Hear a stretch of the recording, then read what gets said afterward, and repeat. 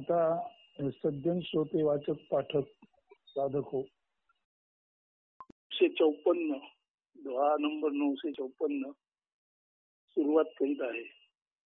जीना थोडा ही भला हरी का सुमिरन होय, लाख बरस का जीवना लेखे धरे न कोय. हरिनाम स्मरणी सरे तरी छोटे जीवन भले, हरिनामा विन सरे तरी दीर्घायुष्य ही न खरे. भगवत भक्तीत ज्याने संपूर्ण आयुष्य व्यतीत केले किंवा भगवत भक्तीत ज्याचे संपूर्ण आयुष्य व्यतीत झाले ते मग भले असा भक्त अल्पायुषी का असेना, खऱ्या अर्थाने ते अल्पायुष्य सुद्धा भले किंवा मानवी कल्याण साधणारे आयुष्य समजावे. मात्र हरिनामाविना जगणारा मग तो लक्ष वर्षे का जगेना, खऱ्या अर्थाने जगला असे म्हणताच येणार नाही. सारांश अल्पायुषी भक्त दीर्घायुषी नास्तिकापेक्षा नेहमीच श्रेष्ठ असतो. 955 जप तप संयम साधन, जप तप संयम साधना सब कुछ सुमिरन माही. कबीर जाने भक्त जन सुमिरन सब कुछ नाही. जप तप संयम साधना सर्व ईश स्मरणाची अंगे. कबीर सांगे भक्त राही नित्य राम संगे. जप तप संयम साधना ही सर्व ईश स्मरणाची अंगे आहेत, भक्तीचेच प्रकार आहेत. संत कबीरजी सांगतात की भक्त नाम स्मरणा इतके इतर काही श्रेष्ठ नसते हे जाणत असतो. सहज तो राम म्हणत असतो. सुमिरन श्री की यौ करो जौ गागर पनिहारी. हालय डोले सुरती में कहे कबीर विचारी. डोईवरी पाण्याचा घडा ठुमकत मुरडत चाले नार. परिपाणी ना हिंदोळे घडा न पडे तैसे नामस्मरण चित्त असावे तल्लीन फार. डोक्यावर पाण्याने भरलेला माठ किंवा घडा घेऊन नारी ठुमकत मुरडत चालते, मात्र तिच्या डोक्यावरील घडा नाही पडत वा पाणी हिंदोळून खाली सांडत. तिचे चित्त तो घडा नीट सांभाळून घरी नेण्याकडे एकाग्र असते. तसेच नामस्मरण करणाऱ्याचे चित्तही परमेश्वराकडे पूर्ण एकाग्र असावे लागते, तल्लीन असावे लागते. कबीर या गोष्टीकडे नीट लक्ष देण्यास, चिंतन करण्यास सांगत आहेत. सुमिरन सुरतील गायके मुखते कछुन बोल. बाहरके पट देयके अंतरके पट खोल. नामस्मरण चित्ती एकाग्र धरुनी मुखे न काही बोल. बाह्य अवडंबर टाकुनी अंतरी राम नाम निशब्दे बोल. भक्ताने राम नामे चित्त एकाग्र करावे आणि प्रत्यक्षात आपले तोंड बंद ठेवून मौनात राहून अंतरंगात निशब्दतेने रामनाम पूजन होत आहे, गुंजन होत आहे त्याचा अनुभव घ्यावा. बाह्य अवडंबर देखावा टाकावा आणि अंतरात राम भजनाचा वाचा रहित प्रत्यय घ्यावा. ज्ञान कथे बकी बकी मरे काहे करे उपाय. सतगुरुने तो यो कहा सुमिरन करो बनाय. ज्ञान गप्पा करीती विना संयम बडबडुनी मरती. सद्गुरु सांगे नाम स्मरणी चित्त बुडता सर्व दुःखे सरती. ज्ञानाच्या गप्पा मारून आणि कोणत्याही तऱ्हेचे आत्मसंयम न राखता बोलण्यात मरणारे अपयशी होणारे अनेक असतात. मात्र गुरुपदेशाप्रमाणे जे नामस्मरणात आपले चित्त विरघळवून टाकतात तो मन नमन होतात, त्यांची दुःखे मात्र सहजासहजी नष्ट होऊन ते समाजात वंदनीय पूजनीय म्हणून गणले जातात. सेकामी सुमिरन करे पावय उत्तम धाम. निहकामी सुमिरन करे पावय अविचल राम.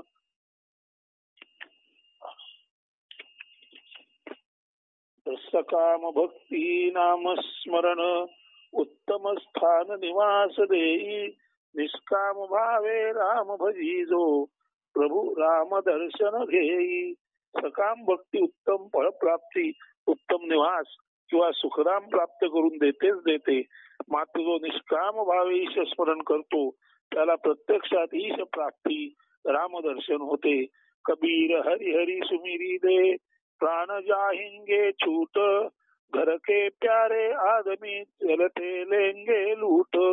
जो संततोवरी हरिहरी नाम ध्यान धरी प्राण जाता प्रियजनही नेती वस्त्रे अलंकार उतरूनी. जीवन आणि सुखलालसा व संपत्ती क्षणिक आहे म्हणून जोवर देहात प्राण आहे तोवर कायम हरिनाम ध्यान चिंतन चालू राहणे महत्वाचे आहे.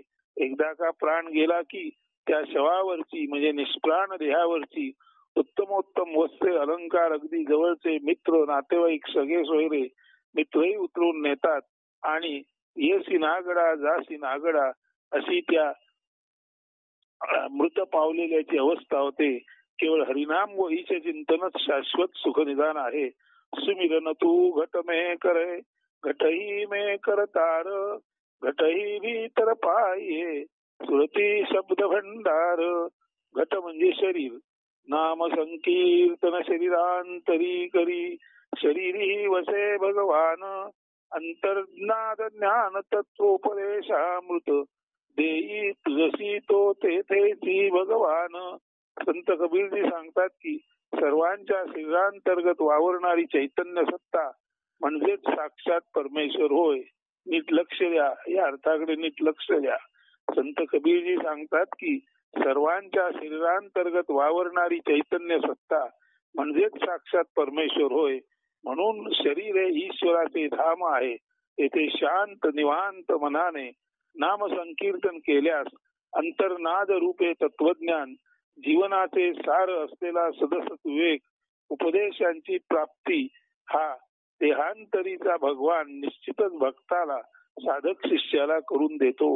म्हणजे देहाच्या आत जे चैतन्य आहे तोच आपल्यातील भगवान आहे आणि त्या चैतन्याकडे जर आपण दृढ आणि संयमपूर्वक पाहिलो त्या चैतन्याशी आपण चिद्रूप झालो त्या चैतन्याशी आपण चैतन्य योगी बनून केवळ चैतन्य म्हणूनच उरलो तर ते चैतन्य म्हणजे तो भगवान तो आत्मा आपणाला आपल्या आतच सर्वच्या सर्व ज्ञान देतो आणि खऱ्या अर्थाने सुख शांती समाधान तेथेच आपणाला प्राप्त होते.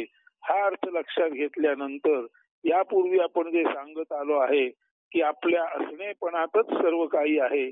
तर आपलं जे असणेपण आहे ते आपण जेव्हा त्याचा धांडोळा घेतो तेव्हाच तो धांडोळा कोहम मी कोण या प्रश्नाने प्रश्नित केला जातो आणि तो धांडोळा घेता घेताच आपणाला सोहम आपल्यातील जे चैतन्य आहे तो भगवान म्हणजे दुसरा तिसरा कोण नसून आपणच तो भगवान आहोत त्याची आपल्याला जाण निर्माण होते आणि त्यावर दृढ विश्वास धरल्यानंतर तोच आत्मविश्वास आपणाला आत्मसाक्षात्कार म्हणून अंतर्नाद रूपाने भगवंताची वाणी म्हणून भगवंताचा गंध म्हणून भगवंताचं दर्शन म्हणून भगवंताचा स्पर्श म्हणून आणि भगवंताचं श्रवण म्हणून अनुभवता येतो. म्हणूनच जे वारंवार आपणाला सांगितले आहे याआधी ते लक्षात घ्या. स्पर्श गंध रुची दर्शन श्रवण अवघा भरला नारायण नुरे मोळी आता अधिकवणे पण केवळ सारा नारायण. स्पर्शामध्ये त्वचामध्ये गंधामध्ये म्हणजे नाकामध्ये रुचीमध्ये म्हणजे जिभेमध्ये दर्शन म्हणजे डोळ्यामध्ये आणि श्रवण मध्ये म्हणजे कानामध्ये केवळ आणि केवळ केवळ तो भगवान नारायणच भरलेला आहे. हे एकदा आपल्या लक्षात आले की सर्वत्र आपल्या शरीरांतर्गत केवळ आणि केवळ प्रत्यक्ष भगवान आहे त्याचा अनुभव आपणाला येऊ शकतो. आणि एकदा का आपण भगवान आहोत म्हणून आपल्या स्वरूपाकडे पाहिले की स्वरूपामध्ये भगवान पाहणारा बाह्य रूपाकडे ही सर्व विश्वामध्ये सुद्धा केवळ त्याला भगवानच दिसतो आणि अंतर्बाह्य भगवत प्रचिती माणसाला येते. अशा अर्थाने नाम संकीर्तन शरीरांतरी करी शरीरी वसे भगवान अंतर्नाद ज्ञान तत्व उपदेशामृत देई तुझसी तो तेथेची भगवान. म्हणजे संत कबीरजी सांगतात की सर्वांच्या शरीरांतर्गत वावरणारी चैतन्य सत्ता म्हणजेच साक्षात परमेश्वर होय. म्हणून शरीर हे ईश्वराचे धाम आहे घर आहे. तेथे शांत निवांत मनाने नाम संकीर्तन केल्यास अंतर्नाद रूपे तत्वज्ञान जीवनाचे सार असलेला सदसत विवेक उपदेशांची प्राप्ती या देहांतरीच असलेल्या चैतन्य सत्तेने म्हणजे भगवत सत्तेने आपणाला प्राप्त होऊ शकते. भक्ताला साधकाला शिष्याला आपल्या आतच हे सर्व ज्ञान मिळू शकते. हेच ते याआधी आपण वरचेवर सांगितलेले आपल्या असणेपणाचे स्वरूप किंवा आपल्या असणेपणातच भगवान आहे याचे स्पष्ट दिग्दर्शन येथे कबीराने सांगितले आहे. आणि त्या कारणाने आजपर्यंत आपण सत्संगात जे वरचेवर म्हणत आलो आहोत त्याला एक तऱ्हेने कबीराच्या शब्दांनी दिलेली ही पोचपावतीच आहे. याचा अर्थ आपला जो सत्संग आहे तो अत्यंत अचूक मार्गावर आपण वाटचाल करीत आहोत हे आपणा सर्वांना या 261च्या दोह्यातून समजून येईल. सुमिरन तू घट मे करे घटही मे करतार. तू शरीरातच भगवंताचं चिंतन कर, कारण या शरीराच्या आतच केवळ भगवान आहे. घटही भीतर पाहिये सुरती शब्द भंडार. आणि शरीराच्या आतच भगवंताचा जो अंतर्नाद आहे त्याचा तुम्ही अनुभव घ्या. हे पुन्हा पुन्हा कबीर सांगत आहे. जे आपल्याला वरचेवर वारंवार गेले काही दिवस नवे सत्संग सुरू झाल्यापासून अध्यात्म विद्या हा आपला व्हॉट्सअप वरचा ग्रुप प्रस्थापित झाल्यापासून आपल्याला हेच सांगितले जात आहे की सारे काही आपल्या असणेपणातच सामावलेले आहे. 962 निज सुख आत्म राम है दूजा दुख पार मनसा वाचा कर मना कबीर सुमिरन सार. निज सुख राही केवळ आत्मसाक्षात्कारी अन्य सारी उपाधी म्हणून मनवाणी कर्मे नामस्मरण अंगीकारी. आत्मसाक्षात्कार सदसत ज्ञान प्राप्ती हेच खरोखरीचे सुख असून अन्य साऱ्या उपाधी किंवा त्रासदायक पीडाच किंवा दुःखेच असतात. म्हणून ते क्लेशकारी सर्व टाळून नामस्मरणी स्वतःला रमवून आत्मसुख प्राप्ती करून घ्यावी. आत्मसाक्षात्कार हेच नाम संकीर्तनाचे सार किंवा मर्म आहे. 963 कबीर सुमिरन सार है और सकल जंजाल आदि अंत मधि सोधिया दूजा देखा काल. नामस्मरण हेची मर्म जीवनी अन्य सारा भ्रम आदि मध्यंतीन दुजे काही सर्वा पगडे यम. नामस्मरण ध्यान चिंतनाखेरीज या मानवी जीवनात काहीही अर्थपूर्ण नसून केवळ भ्रमच असतो. आदि मध्य अंती म्हणजे जन्मल्यापासून संपूर्ण जीवन जगत असताना आणि वार्धक्यामध्ये सुद्धा म्हणजे आपल्या बाल्यावस्थेत आपल्या युवावस्थेत आणि आपल्या वार्धक्यामध्ये सुद्धा आदि मध्य अंती क्षणोक्षणी तो काल म्हणजे मृत्यू प्रत्येकाला आपल्या पोटात रिचवत असतो. मात्र भगवंताचे ज्ञान ध्यान निर्भय व आनंदी जीवनाची प्राप्ती करून देऊ शकते. तू तू करता तू भया मुझ में रही न होय बारी तेरे नाम पर जित देखूं तित तूय. तू तू करता देवा आता मी मेलो उरलासी तूच तव नाम जितारी मजसी जेथे पाही तेथे तूच. संत कबीर म्हणतात की अरे देवा सतत तू व तुझे नाम संकीर्तन स्मरण करता करता माझ्यातील मी मेला आणि तूच म्हणजे परमेश्वर माझ्याती आहेस हे पाहू लागलो. आता माझी भिस्त मदार केवळ तुझ्या नामावर आहे. तूच माझा किनारा सुरक्षितता आहेस. जेथे माझे मन जाई तेथे तुझसी मी पाही अशी महावावस्था बनली आहे. दुख में सुमिरन सब करे सुख में करे न कोय जो सुख में सुमिरन करे तो दुख काहे को होय. दुःखात देव आठवे सुखात ना त्याचा आठव सुखात देव स्मरे तरी जीवनी दुःखान मिळे ठाव. दुःखात सर्वांनाच देव किंवा आदिशक्तीचा आठवतो मात्र सुखात देवाचा विसर पडतो. सुखातही देव स्मरणात राहिला त्याचे भजन पूजन नामस्मरण चालू राहिले तर जीवनात दुःखाला जागाच राहणार नाही. दुःख निर्मितीच होणार नाही. 966 जाकी पूजी सास है छिन आवय छिन जाय ताको ऐसा चाहिए रहे ना लवलाय. श्वासा जाणी जो निधान क्षणी येई क्षणात जाई रामनामी स्वतःच गुंतवी जीवन ज्योत उजळीत राही. याबरोबर आणलेला श्वास प्राण हीच खरी संपत्ती असल्याचे जो जाणतो तो अशा या क्षणभंगूर श्वासाला जाणून आपल्याला रामनामात प्रत्येक श्वासा गणित गुंतवून घेतो. त्यामुळे त्याची जीवन ज्योत उजळते. त्याच्या जन्माचे सार्थक किंवा कल्याण साधते. सास सास परनामले वृथा सासमती खोय न जाने सास का आवन होय न होय. श्वासा गणिक राम नाम घेई श्वास बुद्धी न वाया दवडी. असे भरवसा या प्राणाचा राही अथवा जाई. प्रत्येक आत बाहेर होणाऱ्या श्वास उच्छ्वासाबरोबर ईश नाम घेत जावे. या देहाचा भरोसा नाही. कधी प्राण पक्षी देहाला सोडून कायमचा दिगंतराला उडून जाईल याचा नेम नाही. म्हणून जीव आहे तोपर्यंत अखंड नामस्मरण करत राहावे. मानवाने आपला श्वास व बुद्धी यांना अजिबात वाया जाऊ न देता त्यांना रामनामातच विलीन करावे. मन जो सुमिरे राम को राम बसे घट माही. अब मन राम वही रहा शीश नवाहू काही. मन राम नामी स्मरणी दंग हरी राम भक्त हृदयी वसे. आता मनही राम होता भक्त कोणा पुढे नतमस्तक होतसे. मनाने रामाचा ध्यास घेतलेला असतो मात्र राम तर भक्त हृदयीच असतो. त्या कारणाने मनही आता रामरूप असते. असे असताना भक्ताने आपला माथा झुकवायचा कुणापुढे नतमस्तक व्हायचे ठरवले तरी तो शरण कुणाला जाणार. आता केवळ स्वशरणता हीच रामशरणता असते. कहता हूँ कही जाता हूँ कहूँ बजाए ढोल. श्वासा खाली जात है तीन लोक का मूल. सांगत आहे सांगत राहे ढोल वाजवून सांगत आहे.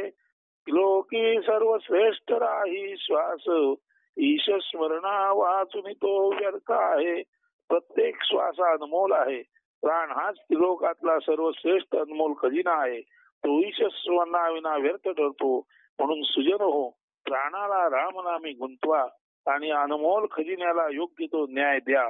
त्याचे उत्तम मोल जीवनात मिळवा. असे संत कबीर सतत सांगत आहेत आणि सांगत राहणारी आहेत. अगदी ढोल ताशांच्या गजरात त्यांच्या शेवटच्या श्वासापर्यंत राम ध्यावा राम ध्यावा राम जीवीचा जिव्हाळा अशी आहे संत कबीरांची अंतरंग अवस्था.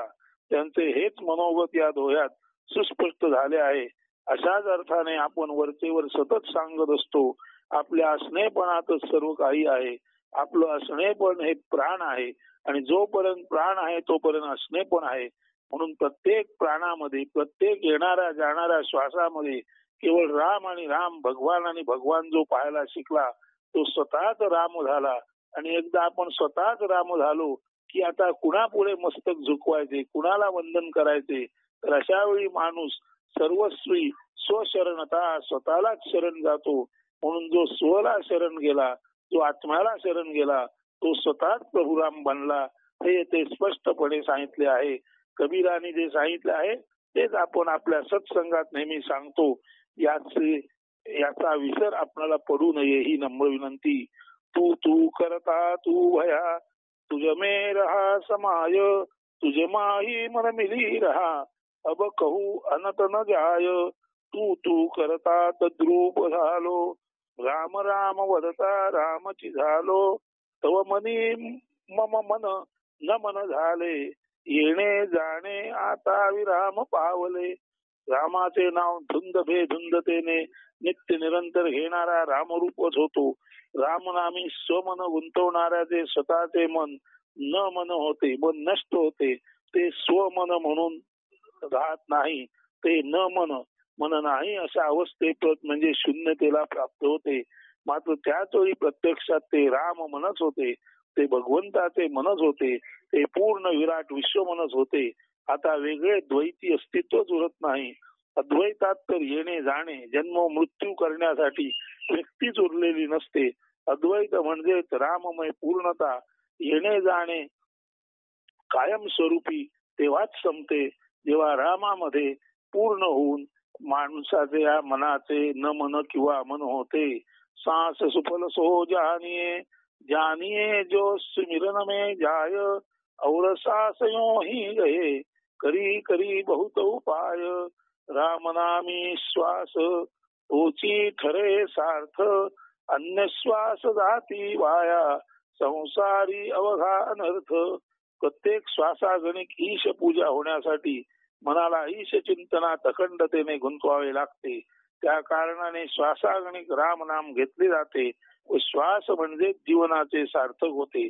मानवी जीवनाचे सार्थक केवळ प्रत्येक श्वास ईश चिंतनात व्यग्र असण्यानेच साध्य होते.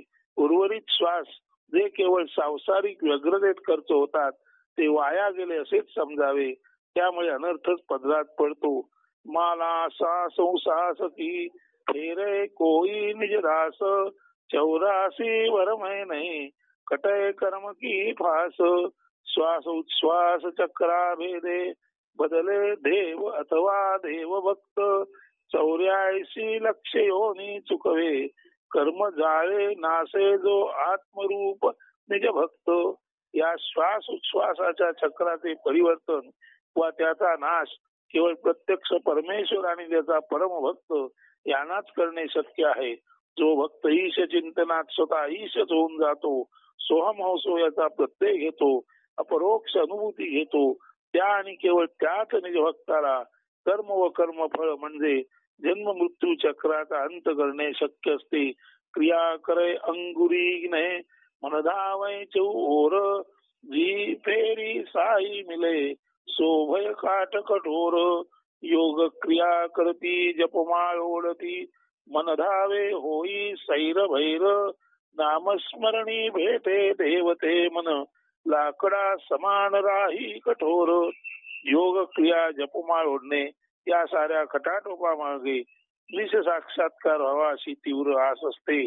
मात्र मन तर चारी दिशांना सैरावेला पळत असते. ते लक्षापासून सतत विचलित होत असते, चलित असते, ढळीत असते. नामस्मरणात ईश प्राप्तीचे सामर्थ्य मनाला प्राप्त होते. असे मन अत्यंत कठोर, घट्ट आणि लाकडासारखे टणक, निग्रही आणि अर्थात संयमी असते. 974 कहा भरोसा दे का बिनसी जाय छिन माही सास सास सुमिरन करो और जतन कछु नाही. देह नाही भरवसा क्षणात काल मुखी पडे. देहा नाही भरवसा क्षणात काल मुखी पडे. श्वासोश्वासी राम राम नाम घेई अन्य उपाय तो कडे.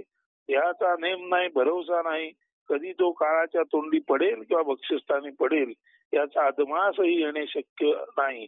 अशा वेळी केवळ एकच उपाय आहे, तो म्हणजे प्रत्येक श्वासाला किंवा श्वासागणिक राम नाम हरिनाम उच्चारण करणे. जपतप ध्यान धारण आदी सर्व उपाय तुटपुंजे किंवा पुरेच ठरतात. केवळ नामच तारणार आहे. माला तो करमे फिरे निभ फिरे मुख माही मनवा तो दौदिशी फिरे येतो सुमिरन नाही. जपमाळ फिरे हाती मुखी जीव हाल चाल करी दश दिशा मन धावत राही तरी नामस्मरण कैसे करी. हातात जपमाळ ओढली जात आहे, एका मागोमाग एक याप्रमाणे माळेचे मणी सरत आहेत. तोंडात जीभ व्यर्थ वळवळ हालचाल करीत आहे. मन तर दाही दिशांना सैराटासारखे धावत पळत आहे. असे असताना जे काही सकृत दर्शनी चालू असते त्याला नामस्मरण म्हणणे अयोग्य आहे. ईश चिंतनात चित्ताची एकाग्रता न साधेल तर सारा खटाटोप पोलच ठरतो. आपणालाही मंदिरामध्ये समाधी स्थाने स्वामी स्वरूपानंदांसारख्या अत्यंत ज्ञानी संन्यासाचे समाधीचे स्थानी असे अनेकानेक लोक भेटतात की जे हातात माळ घेऊन त्यांच्या दृष्टीने मनात रामकृष्ण हरी म्हणत असतात. पण रामकृष्ण हरी मनात म्हणायचं, जपमाळ ओढायची, एक एक मणी पाठी टाकायचा. त्याच वेळी त्यांचे डोळे कान मात्र सर्वत्र सैर भैर झाल्यासारखे पाहत असतात, ऐकत असतात. त्यामुळे जिवेची रामनाम अशी चाललेली वळवळ ही व्यर्थ ठरते. ते नामस्मरण व्यर्थ ठरते. जपाची माळ ओढणं हा एक केवळ चाळा ठरतो. कारण जपमाळ ओढताना जर कान आणि डोळे म्हणजे दृष्टी आणि श्रवण यांचेही लक्ष आत चाललेल्या रामनामाकडे नसेल तर सकृत दर्शनी घेतलेले रामनाम आणि माळेचे ओढलेले मणी हा सर्व खटाटोप वाया जातो. तेव्हा लोक हो, ध्यान करा, चिंतन करा, रामनाम घ्या, परंतु जपमाळ घेऊन ते मोजण्याचा टास नको. परमेश्वर तर अमेय आहे, तो मोजण्याच्या पलीकडे आहे. त्यामुळे जपमाळ घेऊन अनेक कोटी जप केला असे म्हणू नका. आजपर्यंत सहस्त्र कोटी पेक्षा जास्त रामकृष्ण हरीचा जप झाला आहे असे अभिमानाने नव्हे तर अहंकाराने सांगू नका. तो दोष आहे. राम कधीच मोजता न येणारा अमेय आहे. अमेय असे तुम्ही ध्यान चिंतन नामस्मरण करू शकता, पण त्याचे मोजणे हा व्यर्थ खटाटोप आहे. आणि ते मोजताना आपले लक्ष मोजण्याकडे अधिक, रामाकडे कमी अशी स्थिती असते. आपले डोळे आणि कान इतरत्र धावत असतात. अशा वेळी तर रामनाम जप आणि तो अमुक केला तमुक केला, 13 कोटी स्वामी समर्थांचं नाव घेतलं असं सांगणं म्हणजे केवळ आणि केवळ आपल्या अहंकाराचे प्रदर्शन आहे. तिथे राम नाही, तिथे मीच अधिक आहे. जिथे राम नाही तिथे मीच आहे, आणि राम नाही तिथे मीच आहे म्हणजे राम नाही तिथे हराम आहे म्हणजे अहंकार आहे असा त्याचा अर्थ आहे. कृपा करून हे निरूपण नीट ऐका आणि याचा योग्य तो बोध घ्या ही विनंती. पुढे जाप मरे अजपा मरे अनहद भी मरी जाय, सुरती समाने शब्द में काही काल न खाय. जप करी तो मरे ना, जप करी तो ही मरे, जप करी तो मरे ना, जप करी तो ही मरे. जप करी तो मरे ना, जप करी तो ही मरे. आपुला अंतर्नाद ऐके तो ही मरे, तरीच मृत्यू भयही मरे. जप करणारा किंवा नामस्मरण करणारा मरतो किंवा स्वअस्तित्वाचा त्याला विसर पडतो, तेव्हा स्वाभाविकच तो ज्याचा जप करतो ते त्याचे आराध्य आणि त्यायोगे जाणवणारा अंतर्नादही लयास जातो किंवा मरतो. तसेच जो कधी जप करीत नाही तोही मरतोच मरतो. एकूणात काय तर मृत्यू अटळ आहे. ज्याला नीट उलगडले तो मृत्यूचही आता ना चिंतन करीत किंवा चिंता करीत.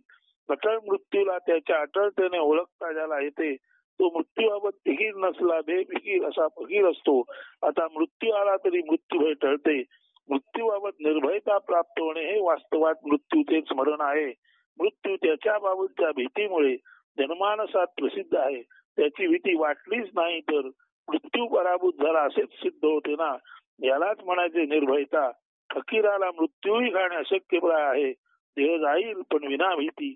जगणे मरणे ही सारखीच अनुभूती. निरपेक्ष क्षमता म्हणून उरणे म्हणजे मृत्युंजयता. देह जाईल पण विना भीती जाईल.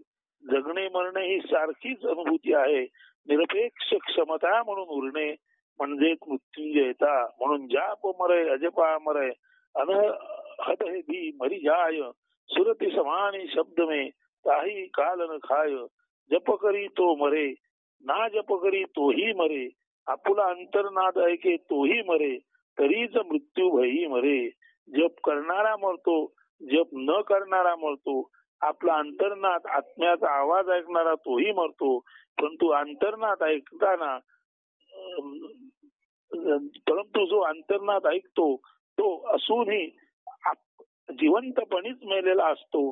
म्हणजे ज्याचा मी मेला आणि ज्याने स्व जाणला, ज्याला अंतर्नाद ऐकू आला तो जिवंतपणीच मेलेला असतो. त्यामुळे त्याला आता नैसर्गिक मृत्यू अधिक काही भिवू शकत नाही. म्हणून जप करणारा मरतो, जप न करणाराही मरतो, आत्म्याचा अंतर्नाद ऐकणाराही मरतो. पण ज्याने आत्म्याचा अंतर्नाद ऐकला तो अंतर्नाद त्याने जिवंतपणे ऐकल्यामुळे तो जिवंतपणीच स्वतः नसलेला म्हणजे असून नसल्यासारखा असतो. असा जो असून नसल्यासारखा जिवंतपणे राहतो त्याला प्रत्यक्ष मृत्यू येतो तेव्हा कसलीच भीती वाटत नाही. आणि प्रत्यक्ष मृत्यूला जो भीत नाही तोच खरा मृत्यूचे भय नसलेला म्हणून मृत्युंजय म्हणून जगामध्ये प्रसिद्ध होतो. याचा अर्थ एकच आहे की देह जाईल पण विनाभीती जाईल. जर आपणाला आत्म्याचा आवाज ऐकू आला, अंतर्नाद प्राप्ती झाली तर देह जाईल तेव्हा जाईल, पण जाईल तेव्हा तो विनाभीती जाईल. आणि जिवंत असताना जगणे मरणे ही सारखीच अनुभूती आहे. एक निरपेक्ष क्षमता म्हणून उरणे यालाच मृत्युंजयता म्हणतात. माला फेरत युगया मिटान मन का फेर, करका मन का डारी दे, मन का फेर. जप करिता युगे गेली मन आसक्ती फेरे ना संपले, मन कमंडलू फेकुरी धेरे, नामस्मरणे तरीच मन फिरे. युगानुगे लोटली जपजाप्य करताना तरी ईश भेट होत नाही. कारण असेच गुरफटलेल्या मनाचे फेरे संपत नाहीत. मन हे एक भांडे आहे, भिक्षापात्र आहे किंवा कमंडुलू आहे. कधीच न भरणारे मनपात्र मनाचे भांडे फेकून दिल्यास म्हणजे आशामुक्त झाल्यास किंवा निरपेक्ष झाल्यासच आता आहे असे मुक्त मन नामस्मरण करता करता रामनामी फेर धरून नाचू लागते, गाऊ लागते, धुंद फुंद होते व निर्भय होऊन रामरूपच होते. तन थिर मन थिर बचन थिर सुरती निरती थिर होय. कहे कबीर उस पलक को कल्पना पावय कोय. काया मन वाचा स्थिर ध्यान चिंतनी असता सुस्थिर. ऐसा अद्भुत क्षणकाय वर्णी युगान युगेन लाभे म्हणे कबीर. काया वाचा मन अत्यंत ध्रुव निश्चल होऊन जेव्हा अंतरंगातील निशब्द शांतीत विलीन होते आणि तेथेच लय रूपे राहते. काया वाचा मन अत्यंत ध्रुव निश्चल होऊन जेव्हा अंतरंगातील निशब्द शांतीत मन विलीन होते आणि तेथेच लय रूपे राहते तेव्हाच खरे आत्मदर्शन लाभत असते. अशा या अद्भुत क्षणाची प्राप्ती युगानुगे लोटली तरी होईल तशी खात्री नसते. त्या अनुपम्य अमृत अनुभूतीचे वर्णन करणे केवळ अशक्य असल्याचे कबीर सांगत आहेत. माला फेरे कह भयो माला फेरे कह भयो हृदा गाठीन खोय. गुरुचरण न चित्त राखिये तो अमरा पूर जाय. जपमाळोढिता काय लाभ जरी हृदयीचा लोभन सुटे. गुरुचरणी जरी मस्तक नत होई तरीच मोक्ष लाभ भेटे. अंतरीचा लोभ विकार वासना आणि संचय वृत्तीच्या ग्रंथी सुटल्या नाहीत, त्यांचा क्षय झाला नाही तर केवळ जपमाळ ओढणे निरर्थकच ठरते. जर मस्तक गुरुचरणी नम्र विनम्र शरणागत व पूर्ण लीन झाले तरच मोक्ष लाभ शक्य राहतो. वाद विवादा मत करो करुणित एक विचार. नाम सुमीर चित लायके सब करणी में सार. वाद विवाद चर्चा ना करी तरी चित्ती सुविचार. नामस्मरणी पूर्ण गुंतवी हेची भगवत प्राप्तीचे सार. वाद विवाद चर्चा तर्क वितर्क न करता हृदयामध्ये केवळ ईश चिंतनाचाच सुविचार जागृत राखावा आणि नामस्मरणात मन पूर्णतया गुंतवावे हेच सर्वात उत्तम कर्म असून तेच भगवत प्राप्तीचे सार मर्म रहस्य आहे. आज आपण 980 दोह्यापर्यंत आलो. आता उर्वरित 20 आणि 8 28 दोहे उद्याच्या निरूपणामध्ये सांगितले जातील आणि त्यानंतर कबीर नामा हा जो ग्रंथ आहे तो आपण वाचन चिंतन मनन निरूपण करून तो ग्रंथ खऱ्या अर्थाने आपण सिद्धीस नेला असे होईल आणि उद्या या कबीर नामाची संपूर्णता आपण अनुभवू आणि तेथून पुढे सतत रामचिंतनात राहू. आणि उद्याच निरूपण संपल्यानंतर पुढे आपला सत्संग कुठल्या मार्गाने जाणार आहे त्याचं विशदीकरण त्याचं स्पष्टीकरण उद्या करू. तोपर्यंत आज सर्वांना शुभेच्छा, सुखशांती समाधान सर्वांना लाभो. संपूर्ण दिवस आणि आयुष्य उत्तम आयुरारोग्य संपन्नतेने जावो ही रामचरणी प्रार्थना करतो आणि आजचे निरूपण येथे थांबवतो. धन्यवाद. अस्तु. ओम शांती शांती शांती.